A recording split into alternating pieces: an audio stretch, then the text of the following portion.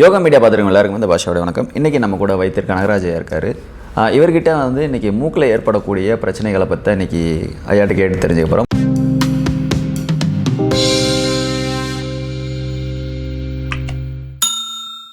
ஐயா வணக்கம். ஐயா வணக்கம். சொல்லுங்கள், எப்படி இருக்கீங்க? நல்லாவே இருக்கேன். சூப்பருங்க, சூப்பர். ஐயா, அந்த மூக்கில் என்னென்ன மாதிரியான ப்ராப்ளம்ஸ் வரும்? சளி பிடிக்கும், இந்த சதை வளருது, இந்த மாதிரி நிறையா ப்ராப்ளம்ஸ் வரும். அது எதனால் ஏற்படுது? முக்கியமாக பார்த்தீங்கன்னா மூக்கில் ப்ராப்ளம் வரதுக்கு காரணம் பார்த்தீங்கன்னா அந்த சீதோஷ்ண மாற்றங்கள். அடுத்தது உடம்புல வந்து அதாவது அந்த கபம் சார்ந்த விஷயம், அது மாதிரியான சீதோஷ்ணத்தில் இருக்கக்கூடிய அந்த மக்களுக்கு வந்து மூக்கு சார்ந்த பிரச்சனைகள் வர்றதுக்கு வாய்ப்பு நிறைய இருக்குது. அதில் முக்கியமாக பார்த்தீங்க அப்படின்னா மூக்கடைப்பு. இந்த மூக்கடைப்பு, அதுக்கு அடுத்தது மூக்கில் எப்பவும் தண்ணி ஒழுகிறது, ரன்னிங் நோஸ் அப்படின்ட்டு சொல்லுவாங்க, அது ஒன்று. இது மாதிரியான காரணங்களால் வந்து இந்த சைனஸ் சுரப்பிகள் வந்து கொஞ்சம் வீக்கமாகும்போது என்ன பண்ணணும்னு பார்த்தீங்கன்னா அவங்களுக்கு இந்த ஒற்றை தலைவலி அது வர்றதுக்கான வாய்ப்பு இருக்குது. மண்டையிடி, இந்த தலையில் நீர் கோர்த்து மண்டையிடி வர்றதுக்கான வாய்ப்புகள் இருக்குது. நிறைய சிலருக்கு தலைக்கு குளித்தாங்க அப்படின்னா ஒத்துக்காது, உடனே வந்து அடுக்கு தும்பலாக வந்துக்கிட்டே இருக்கும், நீர்க்கோர்வை. இது மாதிரியான பிரச்சனையால் பாதிக்கப்பட்டவங்களுக்கு முக்கியமாக பார்த்தீங்க அப்படின்னா காது, மூக்கு, தொண்டை மூணுக்கும் வந்து ஒரு நேரடி தொடர்பு இருக்குது. அப்போது இது மாதிரியான பிரச்சனைகளால் பாதிக்கப்பட்டவங்களுக்கு தும்பைப்பூ தைலம் அப்படின்னு ஒன்று இருக்குது. சரி, ஓகேங்களா? இப்போ இந்த தும்பைப்பூ தைலம் எப்படி தயாரிக்கிறோம் அப்படின்னா, ஒரு சுத்தமான பாத்திரத்தில், நல்ல பாத்திரத்தில் செக்கில் ஆட்டினா நல்லெண்ணெய் எடுத்துக்கணும். அந்த நல்லெண்ணெயை மூலிகை பறிக்கிற இடத்துக்கு கொண்டு போகணும். நேரடியாக கொண்டு போய் அந்த தும்பை பூ இருக்குது இல்லைங்களா, அந்த தும்பை பூவை வந்து பறிக்க அப்போவே உடனே அந்த எண்ணெயில் போடணும். அந்த எண்ணெயில் போட்டு நமக்கு தேவையான அளவுக்கு, இப்போ 1 லிட்டர் எண்ணெய் இருக்குன்னா அதுக்கு தேவையான அளவுக்கு அந்த பூக்களை பறித்து அப்போவே போடணும். நம்ம எண்ணெய் வீட்டில் வச்சுட்டு பறிச்சுக்கிட்டு வந்து இதில் போட்டோம் அப்படின்னா அதில் அந்த எனர்ஜி இருக்காது. அதனால் பறிக்க உடனே போடணும். அதை கொண்டு வந்து 1 வாரம் சூரியப்படம் வைக்கணும்.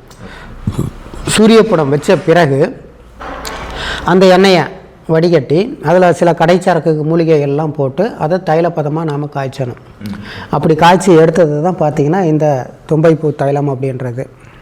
இதுதான் இது. இந்த தைலத்தை என்ன பண்ணணும்னா, இது மாதிரி பாதிப்பு இருக்கிறவங்களுக்கு காலையில் சாயந்தரம் 2 நேரமும் 2 சொட்டு மூக்கில் விடணும். அதாவது வந்து இங்கே கழுத்துக்கு வந்து தலையணை வைக்கணும், தலை தொங்கின மாதிரி இருக்கணும். அது மாதிரி இருக்கும்போது 2 சொட்டு 2 மூக்குக்கும் அது மாதிரி தொடர்ந்து நாம் விட்டுக்கிட்டு வரும்போது மூக்கடைப்பு அல்லது மூக்கில் எப்பவும் நீர் ஒழுகிக்கிட்டே இருக்கிறது, இது மாதிரியான பிரச்சனைகள், இந்த சைனஸ் சிறப்பிகள், அந்த வீக்கம், அதெல்லாம் வந்து ஒரு நார்மலுக்கு வந்துடும். அதேமாதிரி மண்டையிடி இருக்கிறவங்களுக்கும் பார்த்திங்கன்னா மண்டையிடி, இந்த தலைபாரம், இது மாதிரி இருக்கிறவங்களுக்கும் இந்த தைலத்தை விடும்போது நல்ல நிவாரணத்தை கொடுக்குது.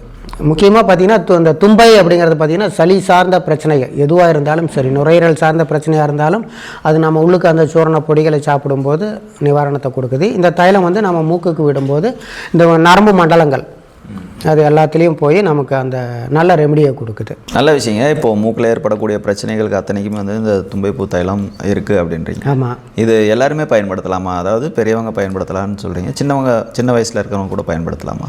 சின்ன வயசில் இருக்கிறவங்க அப்படின்னா ஒரு 10 வயசுக்கு மேலே இருக்கிறவங்க பயன்படுத்தலாம். சின்ன குழந்தைங்களுக்கு இது தேவையில்லை. ஏன்னா இதோட காரத்தன்மை குழந்தைங்க தாங்க மாட்டாங்க.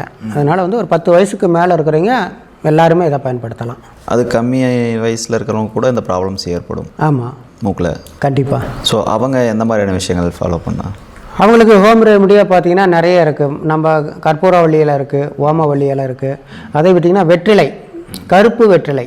இந்த கருப்பு வெற்றிலை வந்து அவங்களுக்கு அந்த குழந்தைகளுக்கு நல்லெண்ணெய் தடவி விளக்கில் அனல் காட்டி நெஞ்சில் பத்து போடலாம்.